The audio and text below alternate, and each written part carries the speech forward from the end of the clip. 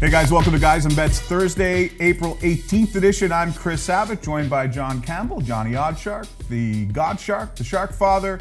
GodShark, I like that. Yeah, well, you're our guy. You're the veteran, so you're the GodShark. That's what we're gonna go with. Johnny, I went 1-2 last night. Hit my under by 1 point in the Celtics game. Nathan McKinnon did not score, and the Yankees had a chance. Steve Pearce with a huge defensive play. So I was close, but close doesn't get you paid. How'd you make out? Nah, I was 1-2 as well. I think I was on the right track with the under in that Stars-Preds game, but 4 goals in the first period. Tough to overcome that one. 1-2. Let's do better tonight. That's true. If you're returning to Guys and Bets, you're used to seeing Andrew Avery in this chair. He shifted chairs. He's actually steering the good ship, Guys and Bets, right now. We're going to check in with Ninja in the back. Yeah, what's up, guys? Just chilling in the control room here with Cookie and Eshawn. Got to say, still buzzing from Tottenham advancing to the semifinals of Champions League, getting the job done against Man City. Now face Ajax. -115 either side there in that semifinal to advance to the final. Go Spurs. All right, and Ninja is also moderating the chat. As you notice, we've shifted to YouTube Live. Chat on the right-hand side of your screen. Check in with him. He's got all sorts of good stuff during the show. One of the other things we have is a poll every day on the OddsShark Twitter account. And the poll today was asking who was your best bet between the Warriors and Clippers tonight. And the public still have not learned their lesson. I think people are on the Warriors here tonight. You have a chance to go put your vote in at the OddsShark Twitter account, and we will have the poll results for you at the end of the show. The public won yesterday. Yes. Against you. Yes, sadly, I'm the bad luck charm for myself, I guess. Or good luck charm for the public. Yeah, so of course. The public 1-2 on the week. They're going to try and get even today. You're going to try and get even, and you're looking at that game as well. What's your pick? I am, yeah. I think this one's up to 9 now, but I'm on the Clippers here, plus the points. Warriors have to be suffering a little bit of a hangover after this epic game 1 collapse. I mean, 31-point lead. What a lot of books do is after you get to 18-1 or around that number, they'll shut down the in-game odds. So that's where the Clippers left off. I read that one book was up to 150,000 to 1 when the Clippers were down by 31 points. So the hangover here, it's a game that should have been in the bank that they just threw away, and I think that'll have a little bit of an impact here. I think a lot of bettors will go the other way, think they'll come out looking for revenge. I don't think so. I'm seeing hangover. The Warriors also the second worst bet in the NBA this year. Second worst bet in the NBA. -200 to win it all, but second worst bet. And that's all we care about. Yeah, and that's, I mean, it's crazy. 36, 47-1 against the spread. Only the New York Knicks were worse against the spread. The Clippers, third best bet in the NBA this year. So tale of two stories there. And another reason I like the points, the Clippers also hit threes. They're the second best three-point team in the NBA. That's not good for the Warriors here. So getting almost double digits, give me the Clippers. All right, so Johnny is on the Clippers +9, and that might even continue to move if the public remains on the Warriors as they have been. Well, we're going to stick with the NBA playoffs, and I'm going to go to San Antonio and my favorite coach in the National Basketball Association, and a lot of people's, of course, Greg Popovich, and I'm on the Spurs. I got this one at -3.5. It's since moved to -4 at a lot of books. San Antonio, unbelievable at home this year, 32-9 straight up, 24-17 against the spread.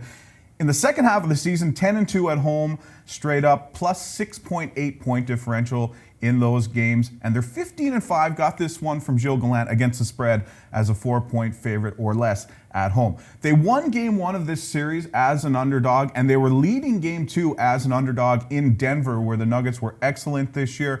And I think just the lessons they've learned here in game 2, plus the pop factor, will play big in game 3. Also, Denver, the number 27 road scoring offense after the All-Star break, the number 28 shooting offense after the All-Star break. They were 6-7 on the road with a -3.5 point differential. Give me the Spurs here to take the series lead.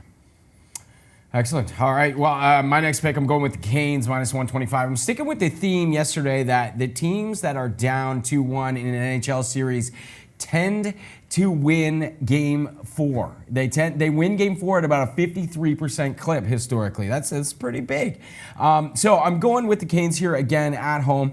Canes special teams also out-dueling the Caps on the penalty kill and the power play. Didn't think we'd be saying that about this series.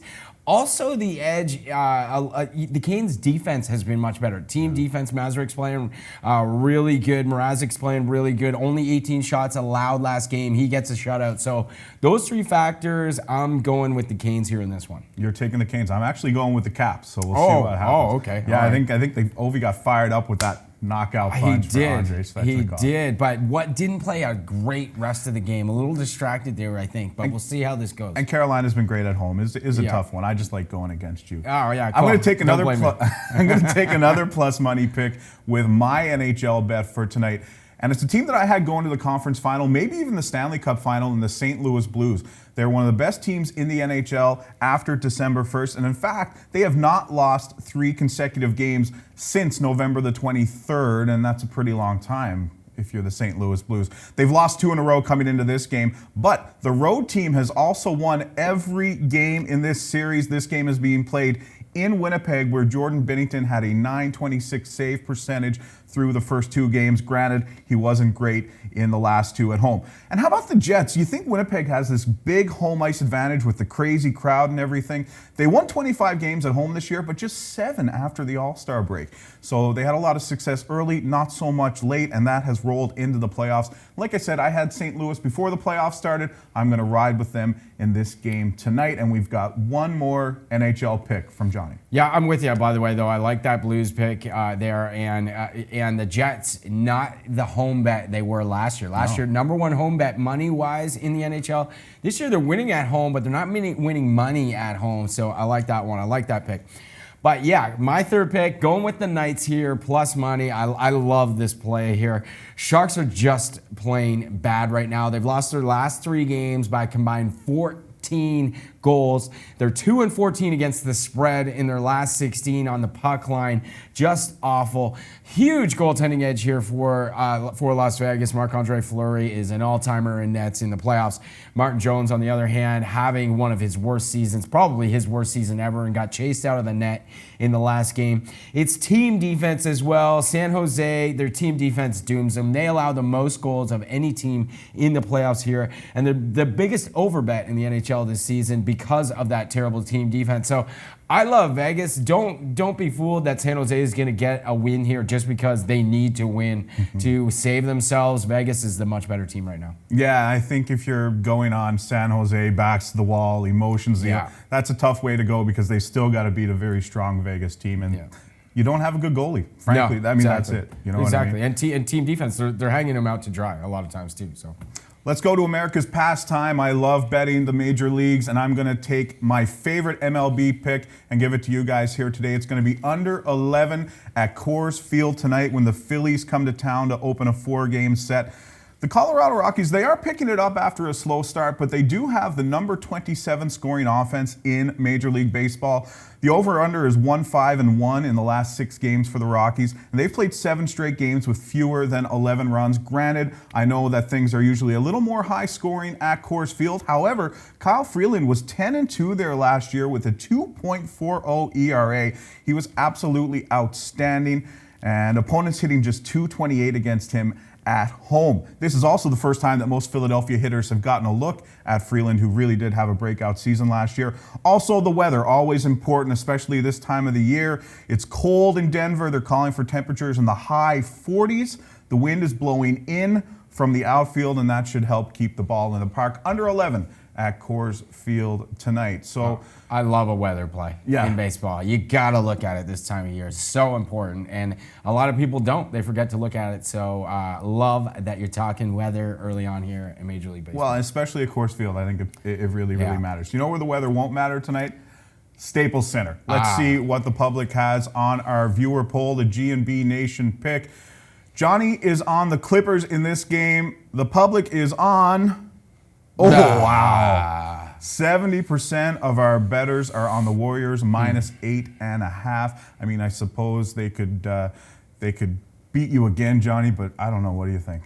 I don't know. I must take down the public today. Feeling a little humiliated. Oh, you're after motivated. Yes, very motivated to beat the public today. But I just think it's too many points. I don't think it's a great matchup. I think the Warriors are tired. I think they're vulnerable this year. I'm not going to be the least bit surprised if they don't even make the finals. All right. Well, let's see what's been going on in the chat during the show. Ninja, what do you have for us today? What's up, guys?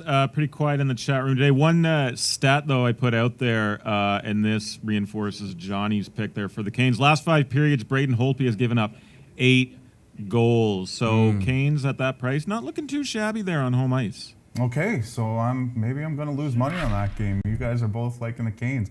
I've liked the Canes at home this year too. I mean, there's been something special going on there. Yeah, for sure. They love their hockey there in their rally. So it's been fun to see. It's been fun to see. I don't buy into Holtby continuing to not play his best. He's a really solid goalie. So I do think he'll be better. Yeah. But Canes at home, going to be tough. Yeah, rookie head coach for the Caps as well. You know who's not a rookie?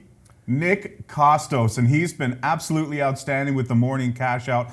All kinds of good feedback coming from him and all kinds of awesome information every morning, Monday to Friday, 9 a.m. on the OddsShark Twitter feed. Nick Kostos with the morning cash out. I know we got into some NFL this morning. I know that gets your heart pumping just thinking about it. Yes, it does. Schedule's out. Oh, boy. You know what else gets Johnny's heart pumping? A few days off. We're taking a little break for Easter weekend here at OddsShark, and we will be back on Tuesday with our next episode of Guys and Bets. But do not fret, because I will have some Twitter videos, some Instagram videos for you Friday, Saturday, Sunday, and Monday. Why the heck not? Because I'm a degenerate no matter what's going on in the Catholic Church.